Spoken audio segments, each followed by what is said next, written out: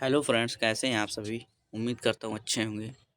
Friends, आज हम बात करने जा रहे हैं डीएलएड थर्ड सेमेस्टर के पेपर सेकंड समावेशी शिक्षा की। दोस्तों, इससे पिछली 4 क्लासों में हमने 80 क्वेश्चन तक कर लिए थे, मीन्स 81 क्वेश्चन तक। आज 82 नंबर क्वेश्चन से करते हैं दोस्तों। माता पिता से वंशजों में स्थानांतरित होने वाले लक्षणों को कहा जाता है पर्यावरण, आनुवंशिकता, जीन, होमोस्टैटिस। दोस्तों, पर्यावरण का कोई मतलब नहीं, जीन का कोई मतलब नहीं, होमोस्टेटिस का कोई मतलब नहीं। दोस्तों, आनुवंशिकता कहते हैं, जैसे आँखों का रंग ये आनुवंशिक होता है। सबसे बड़ा उदाहरण इसका यही है दोस्तों।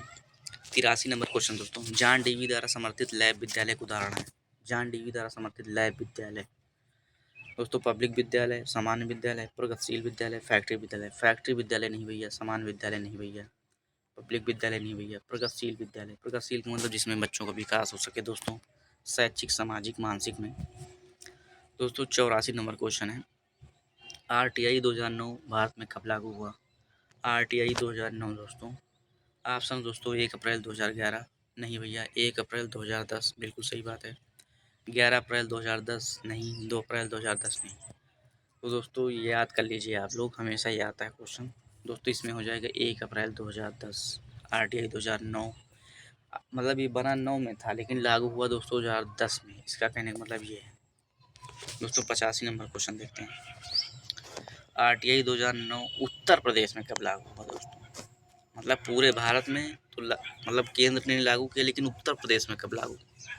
1 अप्रैल 2011, 23 जुलाई 2011, 11 अप्रैल 2010, 2 अप्रैल 2010। दोस्तों भैया, ये उत्तर प्रदेश में लागू हुआ। ये क्वेश्चन बहुत इंपॉर्टेंट है दोस्तों, क्योंकि उत्तर प्रदेश की बात की गई है। तो ये हो जाएगा 23 जुलाई 2011। दोस्तों, 86 नंबर क्वेश्चन है।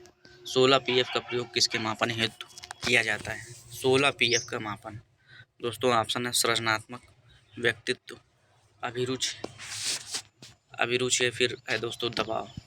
तो 16 पीएफ का प्रयोग किसके मापन हेतु किया जाता है दोस्तों। सृजनात्मक का क्या मापन कहेंगे दोस्तों, ये तो हर चीज़ में एडवांस हो दोस्तों। अभिरुचि नहीं भैया, दबाव नहीं भैया, व्यक्तित्व दोस्तों।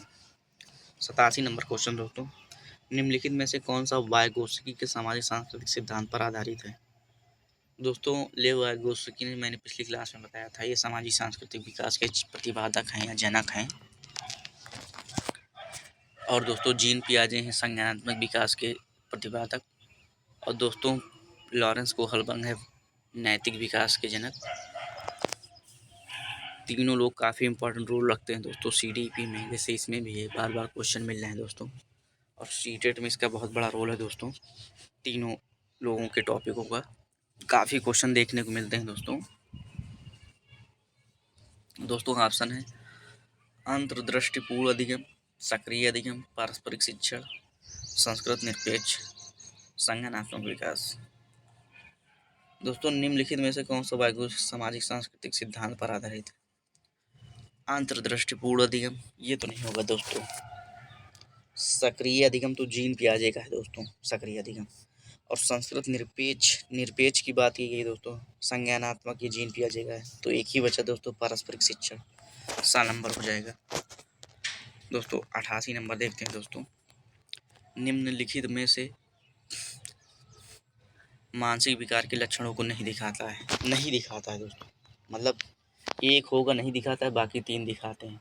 तो कौन सा दोस्तों। ऑप्शन है भग्नाशा, तनाव, चिंता, संबंध। तो दोस्तों, जैसा कि आप जानते होंगे, भग्नाशा भी दिखाता है मानसिक विकार को, और भैया चिंता तो दिखाता ही है, और फिर ये क्या कहते हैं, तनाव तो दिखाता ही है, लेकिन जो संबंध है ये नहीं दिखाता दोस्तों। तो सा नंबर हमारा हो जाएगा दोस्तों। 89 नंबर का क्वेश्चन दोस्तों। शारीरिक गतिक बुद्धि रखने वाले बच्चों को अंतिम अवस्था निम्न में से कौन सी हो सकती है। दोस्तों, सीटेट में बहुत बार पूछा गया है, सेम क्वेश्चन, आप यकीन नहीं करेंगे, सेम क्वेश्चन दोस्तों। सबसे अच्छी बात ये है, तो अगर दोस्तों यहाँ आप सही से इसको पढ़ लेंगे डीएलएड अपना, दोस्तों आपको सीटेट में बहुत हेल्प मिलने वाली है।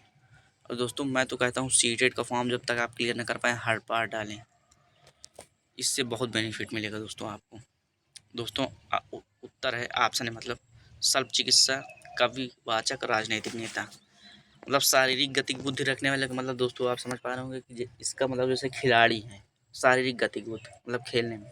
तैराकी है, तैराक जो होते हैं दोस्तों, बैडमिंटन खिलाड़ी, क्रिकेटर, ये सब दोस्तों आते हैं शारीरिक गतिविधि रखने वाले। और इसमें दोस्तों ये बहुबुद्धि सिद्धांत जो दिया था इन्होंने हार्वर्ड गार्डनर ने, ये हार्वर्ड गार्डनर बहुबुद्धि के सिद्धांत के अंदर ये आता है। इन्होंने दोस्तों 9 प्रकार की बुद्धि बताई थी। हालांकि 9 अभी मैं बता नहीं पाऊंगा, लेकिन फिर भी जैसे भाषाई बुद्धि है और संगीतीय बुद्धि है, शारीरिक गति बुद्धि है दोस्तों, और तार्किक बुद्धि है। इसी तरह 2-3 बुद्धि और इन्होंने दी दोस्तों। दोस्तों 2 और हैं, इंट्रापर्सनल और इंटरपर्सनल, मतलब खुद के बारे में सोच पाना और दूसरों के बारे में सोच पाना। तो दोस्तों ये बहुत इंपॉर्टेंट है दोस्तों। तो इसमें हो जाएगा भैया अंतिम अवस्था में रखने वाला कौन सा है दोस्तों? शल्य चिकित्सा।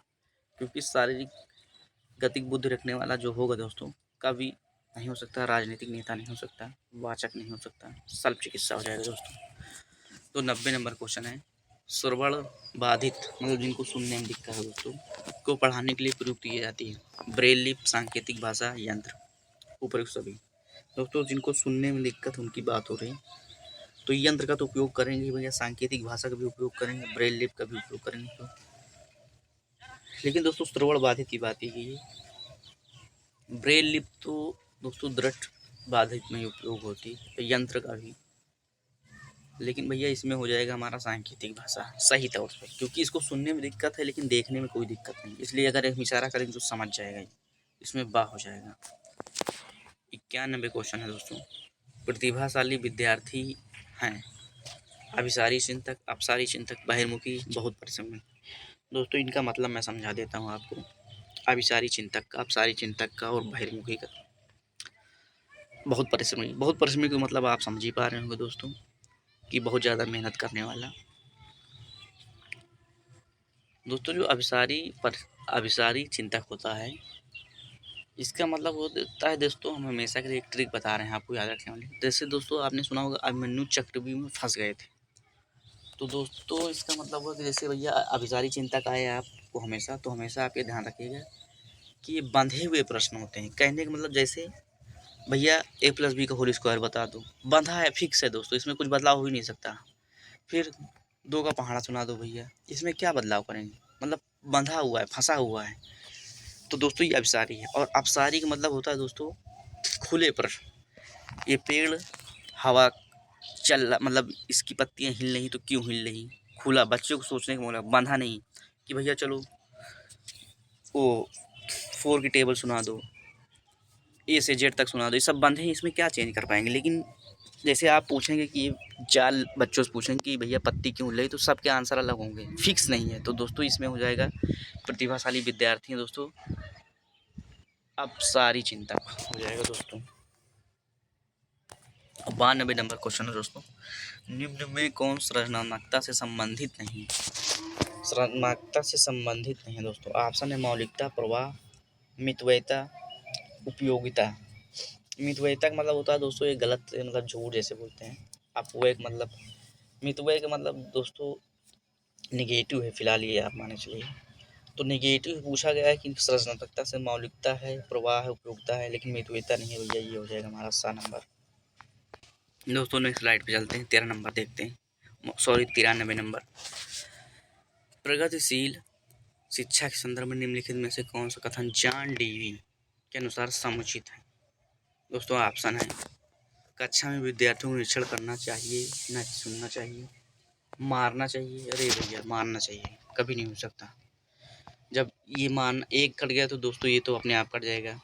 ऑप्शन काटना सीखिए दोस्तों, ये बहुत काम आएगा दोस्तों मल्टीपल चॉइस क्वेश्चन में आपको। फिर दोस्तों सब विद्यार्थियों को स्वयं ही सामाजिक समस्याओं को सुलझाने में सक्षम होना चाहिए, बात बिल्कुल सही है दोस्तों। प्रगतिशील शिक्षा की बात की गई, मैंने बताया दोस्तों प्रगतिशील का मतलब होता है दोस्तों ऐसे विद्यार्थी जो ठीक ठाक हों, जिनकी मानसिक स्थिति ठीक हो, जो सोचने समझने की अच्छी क्षमता रखते हों दोस्तों। और जैसे पहला ऑप्शन दोस्तों, कक्षा में विद्यार्थियों को निरीक्षण करना चाहिए, ना कि सुनना चाहिए, इसका कोई मतलब नहीं निकल रहा दोस्तों। तो तीसरा ऑप्शन हमारा सही हो जाएगा दोस्तों। 94 नंबर क्वेश्चन है, अभिप्रेरणा की व्याख्या जन्मजात मूल प्रवृत्तियों के आधार पर की जा सकती है। अब प्रेरणा की व्याख्या जन्मजात मूल प्रवृत्तियों के आधार पर की जा सकती है। ऑप्शन दोस्तों मैकडोगल, स्किनर, नन, फ्रायड। तो दोस्तों जन्मजात मूल प्रवृत्तियों के आधार पर की जा सकती है भैया, मैकडोगल ने कहा था दोस्तों। याद करने वाला क्वेश्चन है, अभी हम इसमें क्या समझाएं आपको।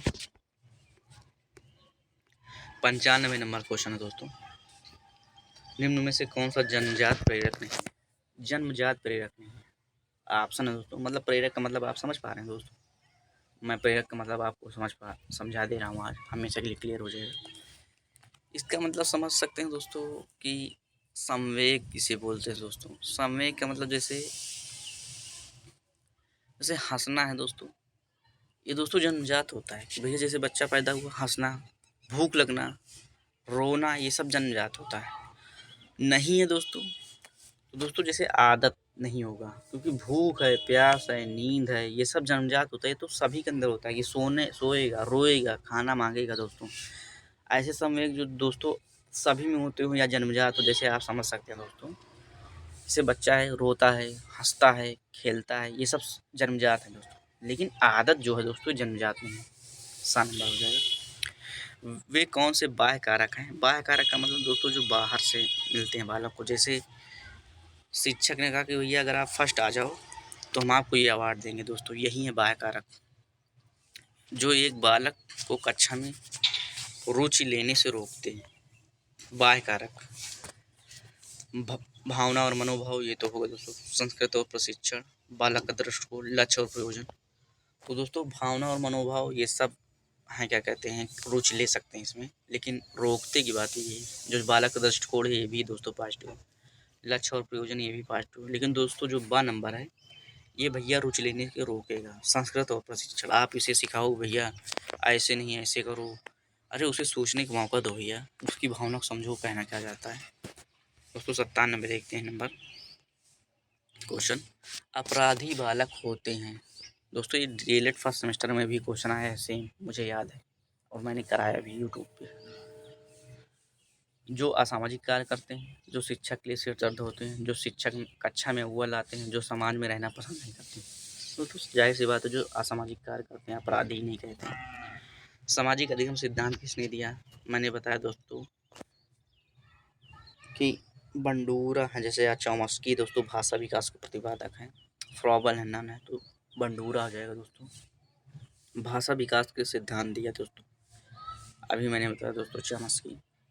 उम्मीद करता हूँ दोस्तों आप सभी को क्लास पसंद आई होगी दोस्तों। चैनल को सब्सक्राइब और वीडियो को लाइक कर लीजिएगा और अपने ग्रुप्स और फ्रेंड्स में भी शेयर कर दीजिएगा दोस्तों। थैंक यू दोस्तों, नेक्स्ट क्लास में मिलते हैं हम लोग।